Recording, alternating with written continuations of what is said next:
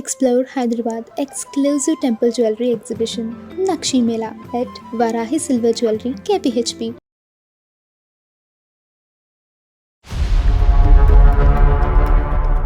Sudden గా call చేసింది.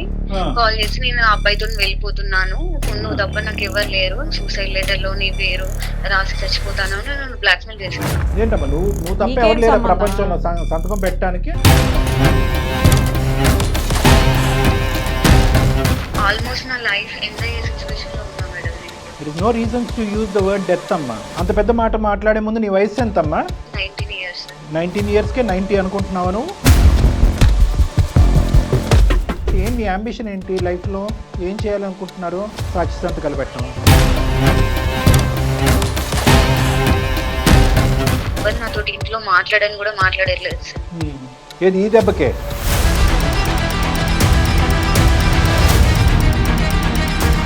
మీ అమ్మాయి ప్రియదర్శిని మాకు ఒక మెయిల్ చేసింది. మళ్ళీ ప్రాబ్లం క్రియేట్ చేసుకుంటాను.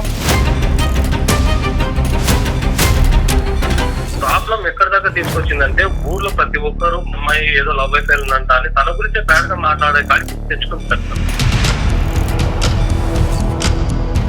ఈ రోజు లోకం 10 మంది ఏంటి, 100 మంది ఏంటి, 1000 మంది ఏంటంటే నిలబడితే కనుక మీరేంటారా మా అమ్మాయి గురించి మాట్లాడేది అని చెప్పగలిగేటటువంటి దమ్ము ధైర్యం మీకు లేదా? ఎప్పుడైనా మీ కల్లో అయినా కూడా మీ అమ్మాయికి 19-20 సంవత్సరాలకు పెళ్లి చేస్తారని మీరు ఎప్పుడన్నా అనుకున్నారా? అనుకోలేదు సార్, కానీ ఇలాంటి ప్రాబ్లం వస్తుందని కూడా అనుకోలేదు కదా సార్. ప్లీజ్ నాన్న, ఒక్కసారి నాకు ఛాన్స్ ఇచ్చి చూడండి నాన్న, ప్లీజ్. అమ్మ చదువుకోండి అమ్మా ఫస్ట్.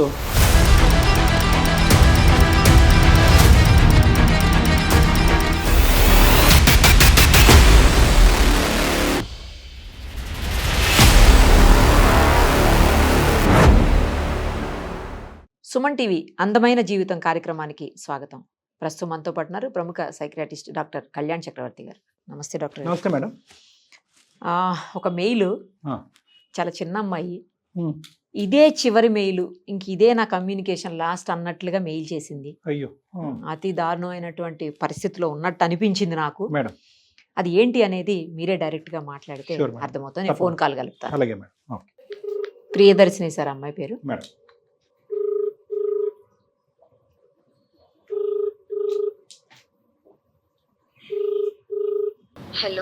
హలో, ప్రియదర్శిని అండి? అవునండి, నేను నిరుపమ, సుమన్ టీవీ అందమైన జీవితం కార్యక్రమం నుంచి కాల్ చేస్తున్నాను. మీరు మాకు మెయిల్ చేశారు కదా? అవును మేడం. అది మాట్లాడదామని చేశానమ్మా. మనతో పాటు డాక్టర్ గారు కూడా ఉన్నారు, కళ్యాణ్ చక్రవర్తి గారు. అసలు అంత కష్టం ఏమొచ్చింది? మీరు ఇదే చివరి మెయిల్, ఇంకా నేను ఎవరితో కమ్యూనికేట్ చేయలేనేమో అన్నట్లుగా పెడితే బాధ అనిపించింది. ఏంటి అంత బాధ ఏంటి, అంత కష్టం ఏంటి? ఒక్కసారి చెప్తే డాక్టర్ గారు కూడా వింటారు. Thank you so much madam, first నా మెయిల్ కి రిప్లై ఇచ్చినందుకు. ఆల్మోస్ట్ నా లైఫ్ ఎండ్ అయ్యే సిచ్యువేషన్ లో ఉన్నా మేడం. నేను అంత పెద్ద మాట మాట్లాడే ముందు నీ వయసు ఎంతమ్మా? 19 years. 19 yearsకే 90 అనుకుంటున్నావా నువ్వు? కెరీర్ బిల్డ్ చేసుకోవాలని చాలా హోప్స్ తో, చాలా ఎక్స్పెక్టేషన్స్ తో నా లైఫ్ ని టర్న్ చేసుకోవాలని ఇంటెన్షన్ తో నేను ఉండే sir. There is no reason to use the word death అమ్మా. ఓకే, అదొక్కటి గుర్తుపెట్టుకుని మీరు సంభాషించండి. ఎంతసేపు అయినా నేను వింటాను. దయచేసి ఒక నమ్మకంతో మా వరకు వచ్చిన తర్వాత జీవితానికి ఉండవలసినటువంటి విలువలు, వాల్యూస్ చాలా ఉంటాయమ్మా. మీరు 19 years అప్పుడు నువ్వు మాట్లాడే ఏజ్లో నువ్వు లేవు అమ్మా. సో నువ్వు దయచేసి అవన్నీ పక్కన పెట్టి ఏంటి నీ కష్టం అనేది డీటెయిల్గా చెప్పండి. ఓకే సార్, నా పేరు ప్రియదర్శిని. మా నాన్నగారు టీచర్, మా అమ్మ హౌస్ వైఫ్. నా 10th మొత్తం మా ఊర్లో కంప్లీట్ అయింది. ఇంటర్ హైదరాబాద్ లో జాయిన్ చేశారు, మంచి కార్పొరేట్ కాలేజ్ లో. ఆ ఇంటర్మీడియట్ లో అక్కడ బిందు అనే ఒక అమ్మాయి నాకు పరిచయం అయ్యి చాలా క్లోజ్ ఫ్రెండ్ గా, బెస్ట్ ఫ్రెండ్ గా చాలా చాలా బాగుండేది. మేము ఎక్కడికి వెళ్ళినా కూడా ఇద్దరం కలిసి వెళ్ళే వాళ్ళం. ఓకేనమ్మా. ఇంటర్మీడియట్ 2nd year లో ఆ అమ్మాయికి ఒక అబ్బాయి పరిచయం అయ్యి తను లవ్ చేస్తుంది. ఓకే, ఎవరు? నువ్వు కాదు, మీ ఫ్రెండ్? నా ఫ్రెండ్. ఇంటర్మీడియట్ కంప్లీట్ గా అయిపోయింది, ఇద్దరికి గుడ్ రిజల్ట్స్ వచ్చినాయి. మంచి డిగ్రీకి ఒక మంచి కాలేజ్ వెతికి ఇద్దరం జాయిన్ అయిపోయాం. ఇద్దరం బానే ఉంది. ఏమైందంటే సడన్ గా ఒక రోజు తన లవ్ మ్యాటర్ వాళ్ళ ఇంట్లో తెలిసింది. ఇంట్లో గొడవ అయ్యి తను కొన్ని రోజులు కాలేజ్ కూడా రాలేదు. తర్వాత వాళ్ళ ఇంట్లో వాళ్ళ పేరెంట్స్ ని కన్విన్స్ చేసి కాలేజ్ కి వచ్చింది. ఒక 1 month, 1.5 months బానే ఉన్నాం కాలేజ్ లో. ఇద్దరం కాలేజ్ కి వెళ్ళే వాళ్ళం. ఆ అబ్బాయి కూడా అప్పుడప్పుడు వచ్చేవాడు, రెస్టారెంట్ కానీ పార్క్ కానీ సినిమాస్ కి వచ్చేవాడు. ఓకే, మీ ముగ్గురు కలిసి ఫ్రెండ్లీగా ఉండేవారు. ఆ ముగ్గురం కలిసి ఫ్రెండ్లీగా ఉండేవాళ్ళం. వాళ్ళిద్దరు ప్రేమికులు, వాళ్ళిద్దరితో నీకంటూ ఎటువంటి ఇది లేదు. ఆ అమ్మాయి ఫ్రెండ్ అంతే.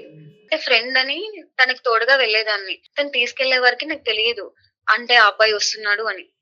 అంతా అవుతుంది. ఒక రోజు సడన్ గా కాల్ చేసింది. కాల్ చేసి నేను ఆ అబ్బాయితో వెళ్ళిపోతున్నాను, పెళ్లి చేసుకుంటాను, నువ్వు వచ్చి మాకు సాక్షి సంతకం పెట్టు, నువ్వు తప్ప నాకు ఎవరు లేరు అని చెప్పింది.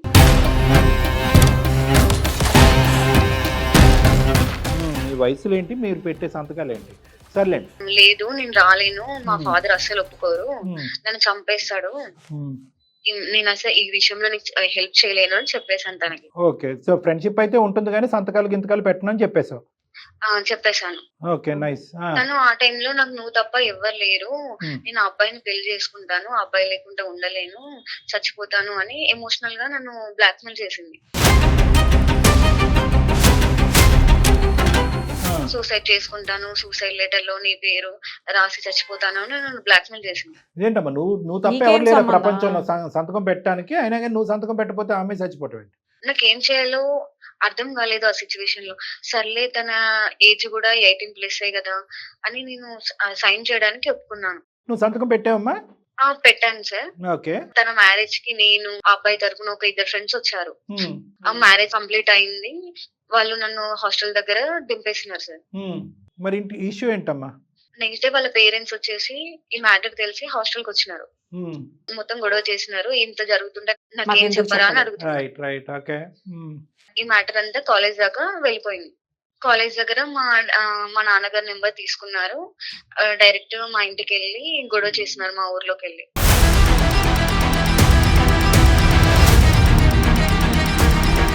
లవర్ తో పెళ్లి చేసుకున్నట్టు అయింది లాస్ట్.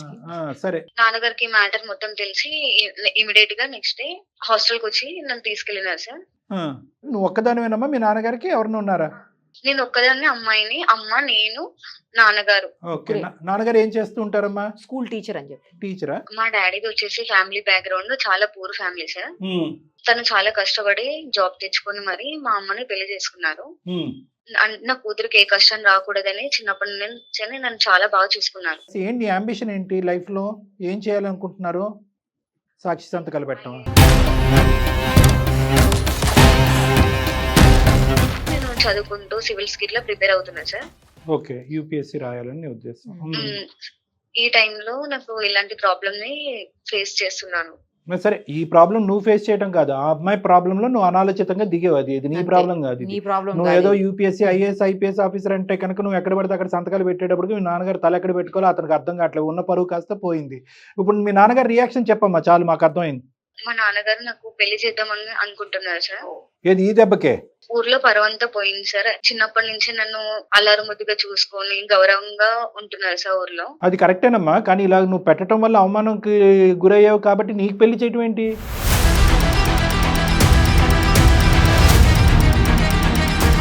అంటే ఊర్లో ఏమైందంటే సార్, ఇప్పుడు ఆ అమ్మాయి పెళ్లి చేసుకున్న అమ్మాయి కూడా ఎవరో ఒకరు ఉండే ఉంటారు సిటీకి వెళ్ళింది అని ఒక మైండ్ సెట్ లో ఉన్నారు సార్. సో ఆ అమ్మాయి అలా ఆలోచించింది, ఆ అమ్మాయి స్టెప్ వేసింది కాబట్టి గురుగారు మీ అమ్మాయిని జాగ్రత్త అనేటప్పటికి మీ నాన్నగారు భయపడి చదువు అంతా ఆపేసి పెళ్లి చేయాలనుకుంటున్నారు. అవును సార్. ఎవరు నాతోటి ఇంట్లో మాట్లాడని కూడా మాట్లాడట్లేదు సార్. నాకు పెళ్లి ఎంత చెప్పినా కూడా వినట్లేదు సార్. పెళ్లి ఇష్టం లేదు, బాగా చదువుకోవాలి. 19 years చదువుకోవాలని అనుకుంటున్నాం. జస్ట్ ఒక తప్పు. అవును సార్. తప్పు అని కూడా మనం అనలేండి. నీ ఫ్రెండ్ ని కాపాడుకోవాలి, అమ్మాయి సూసైడ్ చేసుకుంటుంది కాబట్టి ఆ ఫ్రెండ్షిప్ ని ఆ ప్రేమను కాపాడుకోవడం గురించి మీరు వెనక ముందు ఆలోచించకుండా నాన్నగారు ఎలా రియాక్ట్ అవుతారని చూడకుండా, ఎందుకంటే నువ్వు సంతకం పెట్టావంటే వాళ్ళు రిజిస్టర్ ఆఫీస్కి వెళ్ళి ఎవరెవరు సంతకాలు పెట్టారని అంటారు. వాళ్ళిద్దరు పెళ్లి అయిపోయింది, వీళ్ళు చేయడానికి ఏమీ లేదు. ఆ తల్లిదండ్రులు వాళ్ళు వచ్చి నీ మీద దుంకారు. ఇప్పుడు ఏంటంటే వాళ్ళ కసి కోపం అంతా కూడా అక్కడ తీర్చుకోలేక నీ మీద తీర్చుకుంటున్నారు. ఇప్పుడు అది కాస్త మీ నాన్నగారి వరకు చేరి పెళ్లి వరకు వచ్చింది. అమ్మ ఉద్దేశం కూడా అదేనా? అవును సార్. ఇప్పుడు అంత వాళ్ళంతా బానే ఉన్నారు సార్, నా లైఫ్ మాత్రమే కొలాప్స్ అయింది. మా అమ్మ ఏమో నేను డాక్టర్ అవ్వాలి అనుకుంది, నాన్నగారు ఏమో ఐఏఎస్ ఐపీఎస్ అవ్వాలని చాలా డ్రీమ్స్ పెట్టుకున్నారు సార్ నా మీద. ఇప్పుడు నాకు ఏం చేయాలో తెలియని సిచ్యువేషన్ లో చాలా డిప్రెషన్ లోకి వెళ్ళిపోయాను సార్. ఇలా మీ త్రూ అయినా కాంటాక్ట్ అయ్యి మా నాన్నగారిని కన్విన్స్ చేస్తారని హోప్స్ తో ఉన్నాను సార్. సో 2 things అమ్మ. ఒకటైతే ఇదే ఫస్ట్ అండ్ లాస్ట్ మిస్టేక్, ఇంకేం చేయలేదు. రెండోది ఏంటంటే కనుక అమ్మా నాన్న కూడా ఇద్దరు కూడా పెళ్లి చేయాలని డిసైడ్ అయిపోయారు. పోనీ ఏ విధంగా నీ తప్పుని సరిదిద్దుకుంటే కనుక పెళ్ళి అనేటటువంటి విషయాన్ని పక్కన పెట్టి మళ్ళీ చదువుకొని ఇస్తారు అడిగావా? ఒక అవకాశాన్ని కానీ ఏమైనా అడిగావా, నువ్వు రిక్వెస్ట్ చేసావా? చాలా రిక్వెస్ట్ అన్ని చేశాను రిక్వెస్ట్లు సార్, అయిపోయినాయి. కానీ వినట్లేదు సార్. నాన్నగారు ఉన్నారమ్మా, పక్కన ఉన్నారా? ఫోన్ కలుపుతావా? స్కూల్ కి వెళ్ళినారు, మాట్లాడేంత ధైర్యం లేదు సార్.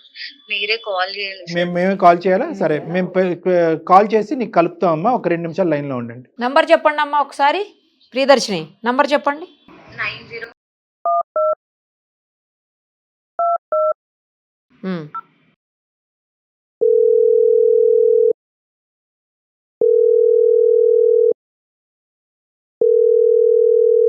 హలో, హలో, రఘు గారేనా అండి? ఎవరు? నేను నిరుపమ అండి, సుమన్ టీవీ అందమైన జీవితం కార్యక్రమం నుంచి మాట్లాడుతున్నాను. నాతో పాటు డాక్టర్ కళ్యాణ్ చక్రవర్తి గారు కూడా ఉన్నారు. మీ అమ్మాయి ప్రియదర్శిని మాకు ఒక మెయిల్ చేసింది. మళ్ళీ ఏ ప్రాబ్లం క్రియేట్ చేసింటాను? అయ్యో, ఏ ప్రాబ్లమ్ క్రియేట్ చేయలేదండి, ఉన్న ప్రాబ్లమ్ని సాల్వ్ చేయమని చెప్పి మమ్మల్ని రిక్వెస్ట్ చేస్తూ మెయిల్ పెట్టింది. ఒక్కసారి మాట్లాడదామండి, డాక్టర్ గారు కూడా మీతో మాట్లాడతారు. చెప్పండి సార్ నమస్తే. సార్. నమస్తే సార్. మరి పర్లేదా? ఒక 2 నిమిషాలు మాట్లాడచ్చా? వ్యవధి ఉందా? పర్లేదు సార్, ఇది లంచ్ టైమే కానీ చెప్పండి సార్. అబ్బా, సంతోషం అండి మీరు ఆ విధంగా అంగీకరించినందుకు. ఏం లేదండి, పాప మెయిల్ పెట్టింది. అమ్మాయి చెప్పండి సార్. ఒక అల్లరి ముద్దుగా పెంచుకున్నటువంటి ఒకే ఒక అమ్మాయి, చాలా చాలా ఇదిగా పెంచుకున్నారు. అదే విధంగా ఏంటంటే ఆ అమ్మాయి తన మెయిల్లో కూడా చాలా డీటెయిల్డ్గా చెప్పింది. చాలా ఆశయాలు పెట్టుకున్నారు, చాలా కోరికలు కన్నారు, చాలా కళ్ళకన్నారు. ఆ అమ్మాయి ఒక ఐఏఎస్ ఆఫీసర్ లాగా, ఒక డాక్టర్ లాగా చూడాలని తల్లిదండ్రులు మీరు అనుకున్నారు. కానీ ఒక దురదృష్టకరమైన పరిస్థితి, ఒక సంఘటన వల్ల ఏంటంటే అనాలోచితంగా ఆ అమ్మాయి చేసిన తప్పు వల్ల ఈరోజు మీరు ఎంతో పరుగులుగా ఉండవలసినటువంటి మీరు తలెత్తుకోలేనటువంటి పరిస్థితి ఏర్పడింది. దాంతో ఒక భయంకరమైన నిర్ణయం తీసుకున్నారని ఆ అమ్మాయి చాలా బాధపడింది మా దగ్గర. ఏంటా నిర్ణయం, ఎందుకు అలా తీసుకోవాల్సి వచ్చింది? ఈరోజు మళ్ళీ మీ అమ్మాయి ఏదో తప్పు చేసింది కాబట్టి మేము మిమ్మల్ని ఫోన్ చేసి మాట్లాడట్లేదు. మేము ఈ జరిగినటువంటి ఆ తప్పుని ఎలా సరిదిద్దుకోవచ్చు, అమ్మాయి ఏ విధంగా మళ్ళీ ఆ అమ్మాయి చదువును కంటిన్యూ చేయొచ్చు అనే ఆలోచనతో మీకు చేశాం. సార్, తను బాగా చదువుకోవాలని ఒకటే ఒక కూతురు అని చెప్పేసి నేను ఒక టీచర్ సార్. నా స్టూడెంట్స్ కూడా మంచిగా చదువుకోవాలి, వాళ్ళకి మంచి భవిష్యత్తు ఇవ్వాలి, వాళ్ళ మంచి పొజిషన్ లోకి వెళ్ళాలని తాపత్రయపడే ఒక మామూలు టీచర్ని సార్ నేను. ఒక టీచర్, ఒక ఫాదర్. అలాంటిది నా కూతురు కూడా నేను చిన్నప్పటి నుంచి అలాగే చూస్తున్నాను సార్. తను స్కూల్లో ఫస్ట్, తను మంచి కార్పొరేట్ కాలేజ్ లో జాయిన్ చేశాను సార్, మంచిగా చదివించాలని. కానీ అక్కడికి వెళ్ళిన తర్వాత తన ఫ్రెండ్స్ ఎవరో అమ్మాయి తోటి ఫ్రెండ్షిప్ చేయడము, ఆ అమ్మాయి ఇంకొక అతన్ని లవ్ చేసిందని చెప్పడము, వాళ్ళిద్దరు రిజిస్టర్ మ్యారేజ్ చేసుకున్నారంట. వాళ్ళ సాక్షాంతకం తనే చేసిందంట రిజిస్టర్ ఆఫీస్ లో.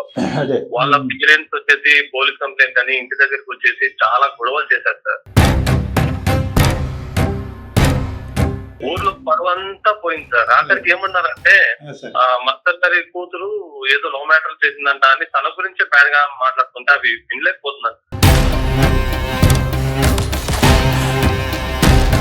అందుకే తను కాలేజ్ మానిపించేసి ఇంటికి తీసుకొచ్చాను. నాకు తెలిసిన దగ్గర సంబంధం చూసి పెళ్లి చేయాలని ఫిక్స్ అయ్యాం సార్. ఆఖరికి ఊర్లో జనాలు కానీ స్కూల్లో స్టాఫ్ కూడా సార్, ఆఖరికి స్కూల్లో పిల్లలకే సరిగ్గా పాఠాలు చెప్పి ఇంత ఇచ్చేస్తున్నాడు, ఇంట్లో అమ్మాయిని చక్కగా చూసుకోలేదని కామెంట్ చేస్తున్నారు సార్. బ్యాక్ సైడ్ చాలా బాధగా ఉంటుంది సార్ అವೆಲ್ಲ కామెంట్స్ విన్నప్పుడు. కరెక్టే మేము ఏమి అనలేము, ఆ విషయం గురించి ఏమనలేము. అలా కాదు సార్, ఒక మాట నేను మాట్లాడచ్చా? చెప్పండి సార్. అమ్మాయి ముందు నుయ్యి వెనకతలు గొయ్యి అనే పొజిషన్లో తను ఉంది. అది తప్పుగా అనుకుంటే తప్పే, ఘోరం తప్పు చేయకూడనటువంటి నేరం అనుకుంటే నేరమే. ఎందుకంటే ప్రాణ స్నేహితురాలు, ఇద్దరు కలిసిమెలిసి పెరిగారు, ఒకే కంచం ఒకే మంచం అన్నట్టుగా చాలా చక్కగా ఉండేటటువంటి వాళ్ళిద్దరిని ఆ అమ్మాయి మీద ఎంత అయితే కనుక మీకు ఒక ఫీలింగ్ ఉందో అదే విధంగా మీ కూతురి మీద కూడా అంతే పాజిటివిటీ ఉంది అనేది ఆ అమ్మాయి మాటలో మాకు వినిపించింది. కానీ అదే అమ్మాయి వచ్చి ఈరోజు నువ్వెంతో నాకు ప్రేమించినటువంటి అబ్బాయి అంతే, ఆ అబ్బాయి ప్రేమ లేకుండా నేను బ్రతకలేని చచ్చిపోతాను అనేటటువంటి ఒక థ్రెట్ ఇచ్చేటప్పటికి ఈ అమ్మాయి ఏం వెంటనే ఒప్పుకోలేదండి. అది కూడా మీరు దయచేసి పెద్ద మనుషులుగా అర్థం చేసుకోవాలి. చాలా ఒత్తిడికి లోనైంది. చాలా ఒత్తిడికి లోనవటం వల్ల ఫైనల్గా ఇంక దిక్కుతోచనటువంటి పరిస్థితిలో స్నేహితురాల యొక్క ప్రాణాలు కాపాడాలని చెప్పి పెట్టినటువంటి సంతకమే. కానీ ఇదే ఆనవాయితీ ఇదే పద్ధతిగా లాస్ట్ 5-6 ఇయర్స్ బట్టి దగ్గరుండి రిజిస్టర్ మ్యారేజ్లు ఏమి మీ అమ్మాయి చేయట్లేదు. ఆ విషయం కూడా మీరు ఒకసారి ఆలోచించాలి సార్. తను ఫస్ట్ రోజే ఇలాంటి సిచ్యువేషన్ ఉంది అని చెప్పింటే దాన్ని ఏదో రకంగా సాల్వ్ చేయాలి. పాయింట్ అదే డిక్లేర్ చేయలేదు అమ్మాయి, చెప్పలేకపోయింది, భయపడింది. నాకు చెప్పింటే సార్ నేను ఏదో ఒకటి కన్విన్స్ చేస్తా, ఏదో ఒకటి మార్చో, లేకపోతే ఆ కాలేజ్ మార్చో, లేకపోతే తనకు ఏదైనా సర్ది చెప్పో, వేరే కాలేజీలో జాయిన్ చేయడము, అలాంటి ఫ్రెండ్స్ కు దూరంగా ఉండమని చెప్పడం, ఏదో ఒకటి చేసేవాడిని సార్. కాకపోతే ప్రాబ్లం ఎక్కడి దాకా తీసుకొచ్చిందంటే ఊర్లో ప్రతి ఒక్కరు అమ్మాయి ఏదో లవ్ అఫేర్ ఉందంట అని తన గురించే బ్యాడ్ గా మాట్లాడే కాడికి తెచ్చుకుంది సార్ తను. ఈ రోజు మీ అమ్మాయి ఈ పని చేసినా ఈ లోకం అలాగే మాట్లాడుకుంటది, ఈ పని చేయకపోయినా చేయకపోయినా కూడా ఎవరి ఏదో ఇష్టం ఒక వాళ్ళది. డౌట్లు పడతానే వయసులో ఉన్నటువంటి ఆడపిల్ల చాలా పద్ధతిగా చదువుకుంటుంది. ఈ ఈర్ష్యతో కూడినటువంటి కళ్ళు గురించి కూడా మీరు ఆలోచించండి. మీ ఊరికి నేను రాలేదు సార్, మీ ఊర్లో మీ పరిస్థితి ఏంటి, ఆ అమ్మాయి పరిస్థితి అనేది నాకు ఏ విధంగా అనుకుంటున్నారు లేదు, ఆ లోకం గురించి వాళ్ళ గురించి నాకు అనవసరం. మీ అమ్మాయిని అల్లరి ముద్దుగా పెంచారు. ఈ ఒక్క అంశం తప్ప ఇంకొక ఏదన్నా ఒక తప్పు ఇష్యూలో మీ చూపించడానికి అమ్మాయిని ఏమన్నా వేలెత్తి చూపెట్టేటటువంటి పరిస్థితి ఇప్పుడు వచ్చిందా? మీ అమ్మాయిని బంగారంలా పెంచుకున్నారు, మీ అమ్మాయి గురించి 100 కళ్ళకు అన్నారు. ఈ అమ్మాయి ఎన్నో ర్యాంకులు సంపాదించింది, ఎన్నో స్కూల్ ఫస్టులు సాధించినటువంటి ఈ ఆడపిల్లని ఈరోజు లోకం 10 మంది ఏంటి, 100 మంది ఏంటి, 1000 మంది ఏంటంటే నిలబడితే కనుక మీరేంటారా మా అమ్మాయి గురించి మాట్లాడేది అని చెప్పగలిగేటటువంటి దమ్ము ధైర్యం మీకు లేదా? సార్ ఉంది సార్, కాకపోతే ప్రాబ్లం వచ్చినప్పుడు ముందు ఇంట్లో తల్లిదండ్రులకు చెప్పాలి సార్. నిర్భయంగా భయపడకుండా ఒక ఆడపిల్ల డాడీ ఇలా జరుగుతుంది. చాలా క్రమశిక్షణతో పెంచినట్టున్నారు మీ అమ్మాయిని. ఒక్క తప్పును కూడా వినటానికి కానీ ఆలోచించడానికి కానీ మీరు మెంటల్గా రెడీగా Accept లేనట్టు చేయడానికి అనిపిస్తుంది. ఇంత మాట్లాడుతున్నాను, మీ అమ్మాయి కూడా లైన్లోనే ఉంది. అది చెప్పటం మర్చిపోయాను.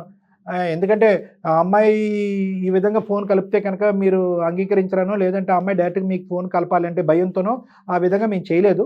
సో మీ అమ్మాయి కూడా లైన్లో ఉంది. ఒకసారి అమ్మ నువ్వు మీ నాన్నగారితో ఏమైనా చెప్పాలి అనుకుంటే మా సమక్షంలో 2 మాటలు చెప్పి ఏమని కోరుకుంటున్నావు అడుగు. నాన్న నన్ను క్షమించండి నాన్న, ఇంకోసారి నేను ఇట్లాంటి తప్పు ఎప్పుడు చేయను. మీరు చిన్నప్పటి నుంచి నన్ను చూస్తూనే ఉన్నారు కదా, మీకు తెలియకుండా ఏ పని చేసేదాన్ని కాదు కదా నాన్న.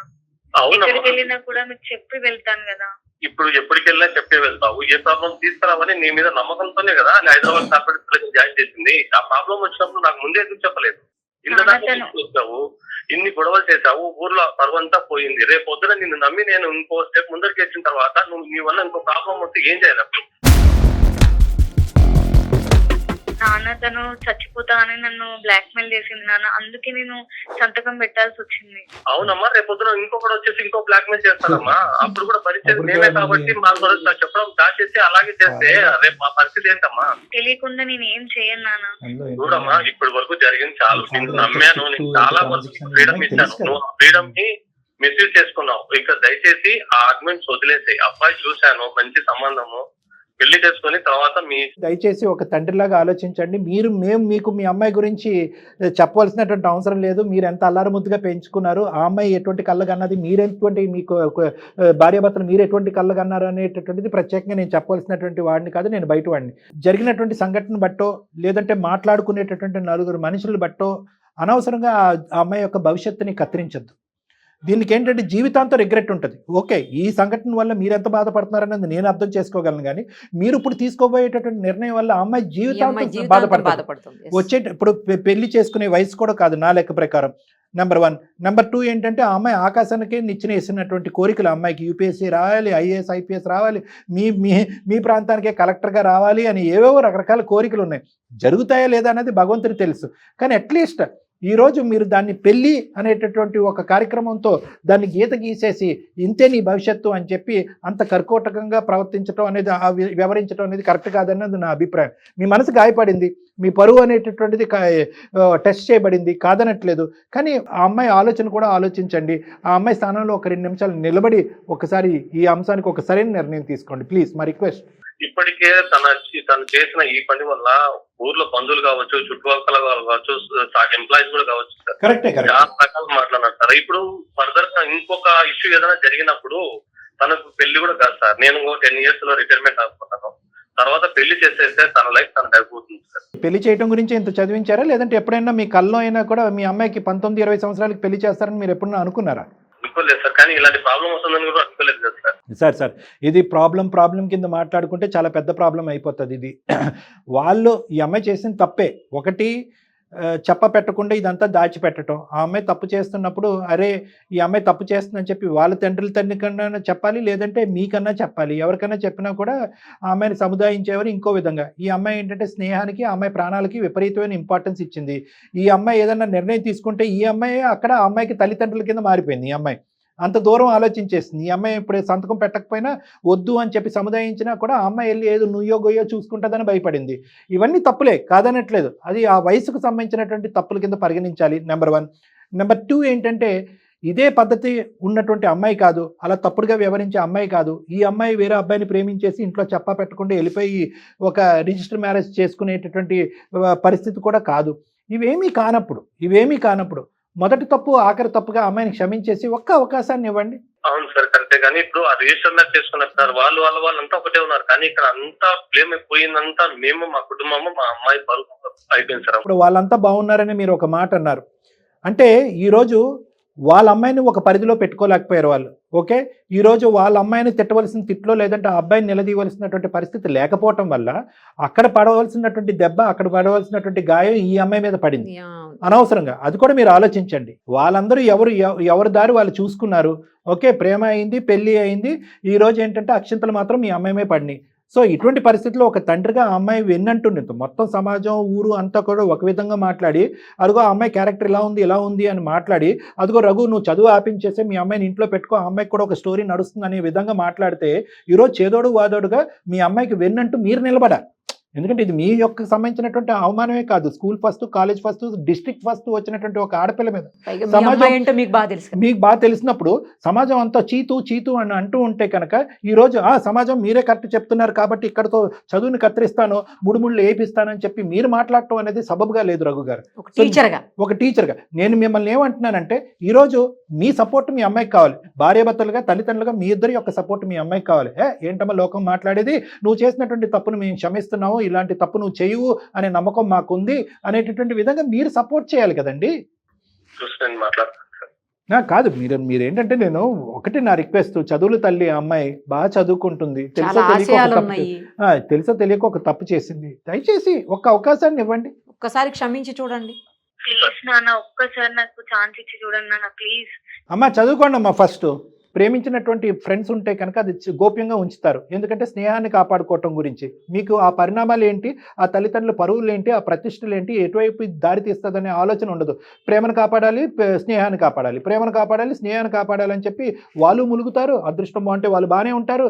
కానీ ఖచ్చితంగా జరిగేది ఏంటంటే మీరు ములుగుతారు. ఈరోజు సంతకం పెట్టినా పెట్టకపోయినా ఇక్కడ నువ్వు చేసినటువంటి తప్పు ఏంటంటే వాళ్ళిద్దరు ప్రేమించుకుంటున్నారు, సీక్రెట్గా ప్రేమించుకుంటున్నారు, ఇంట్లోంచి ఎప్పుడన్నా వెళ్ళిపోవచ్చు. ఈ పరిస్థితులన్నీ తెలుసు కూడా ఆ తల్లిదండ్రులకు కానీ ఈ తల్లిదండ్రులకు కానీ చెప్పకపోవడం అనేది నువ్వు చేసిన తప్పు. అర్థమైందమ్మా? సో ఇప్పుడు కూడా నాన్నగారు క్షమించి ముందుకు వస్తున్నారు. ఖచ్చితంగా నీ చదువు కంటిన్యూ చేస్తారు. పెళ్లి అనేటటువంటి అంశం లేకుండా నాన్నగారు చూసుకుంటారు. జాగ్రత్త చదువుకుని హ్యాపీగా ఉండటానికి ప్రయత్నం చేయండి అమ్మా. ఏదేమన్నా కూడా ఒకసారి మీరు రండి, ఎందుకంటే మీరు మనస్తాపం తీసుకుని ఒకసారి పాపం తీసుకుని రండి, సార్ దగ్గరికి రండి, ఒకసారి మాట్లాడదాం. రైట్? ఓకే సార్, ఓకేనా? Thank you very much sir, మా నాన్నగారిని కన్విన్స్ చేస్తున్నందుకు. ఓకేనా? రైట్ అమ్మా, టేక్ కేర్.